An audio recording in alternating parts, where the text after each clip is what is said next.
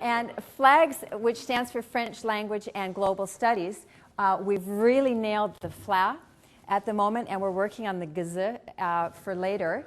The global study is one of the things we imagined at the beginning was supervising practica in Vietnam, Ile de Maurice, wonderful exotic locations. We're not quite there yet, but we are doing partner practica, mini practica in Canadian organizations. In fact, this weekend, 6 of the students are heading east.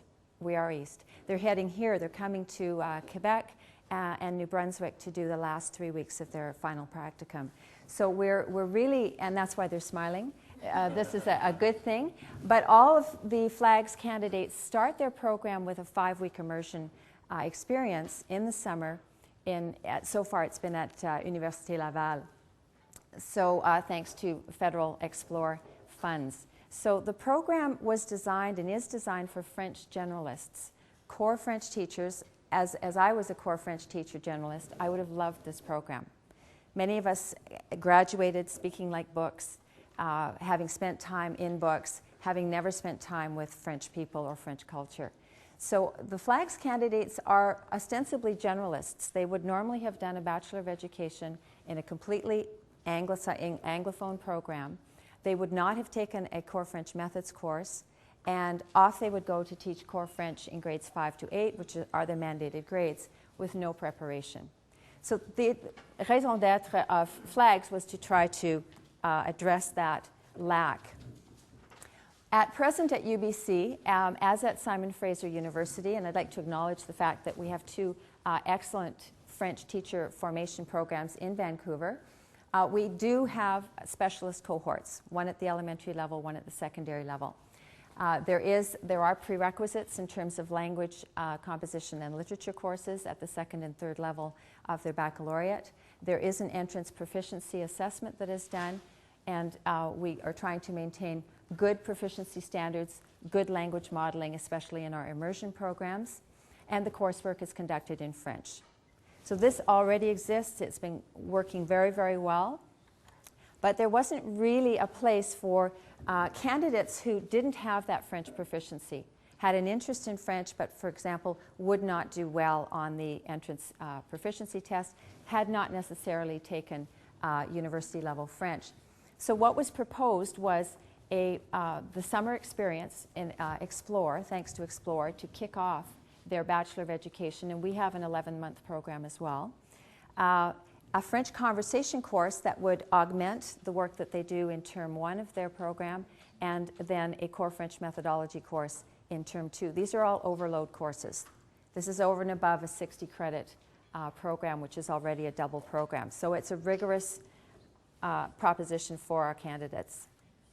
At the moment, just to give you a context and maybe a sense of why this needed to happen, out of 500, approximately 500, and I'm just looking at our elementary middle years.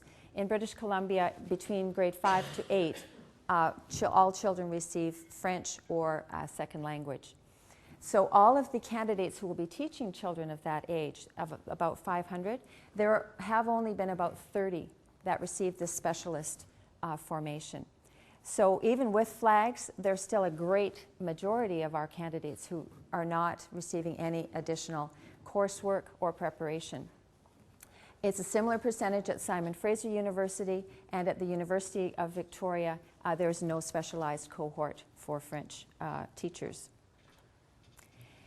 As one of the students in the first year of FLAGS, Seda, who's given permission to use her name, said, normally what would happen is you're either chopped liver or you're in the specialist cohort. There really was never anything in between. And for those who imagined themselves or had hoped that they might one day become a French teacher, there really was no particular special formation or pathway for them. So as she's saying, anyone who wanted to become a French teacher would have to do so through risky trial and error. Anyone here do that besides me? That was how, yeah.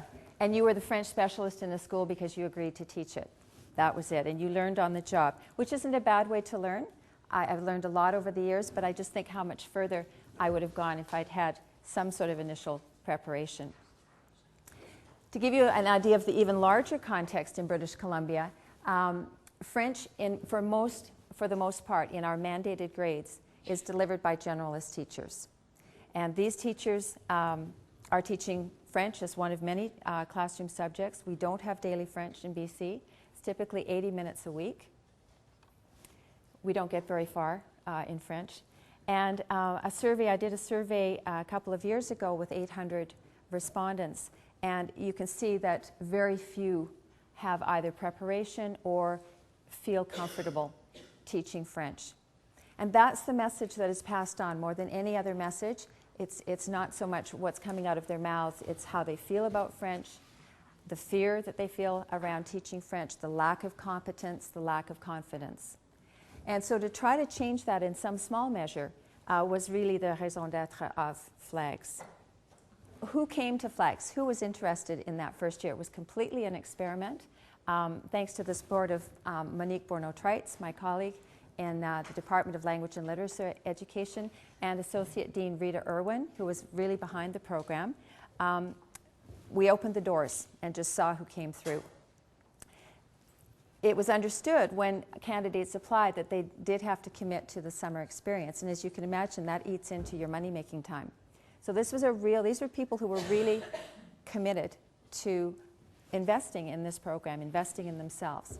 Most had a background in core French up to grade 11 or 12. A few had first year, but very few. One or two had taken immersion as a student up to in their elementary years, nothing further. They did not consider themselves core French teachers or French teachers at all. They were interested in some way, but they couldn't imagine themselves as being French teachers. I was being subtle, thanks.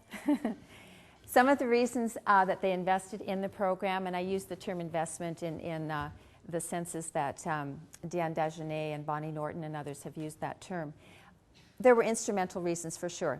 When you're one of 500 candidates looking for work in BC, if you have French to waive, that's going to put your application higher in the pile. But there were also other, and I'll show you what the students actually said. Sense of purpose, a sense of trying to do better, to right a situation that wasn't working and isn't working very well in British Columbia.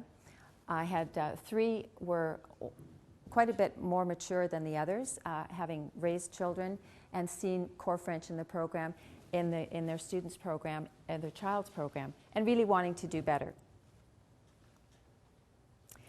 We have extended practicum opportunities. I love hearing Razika's notions related to community placements, and in our new program that we're reimagining, we're looking at community, but not to the extent that you have, so that's fabulous.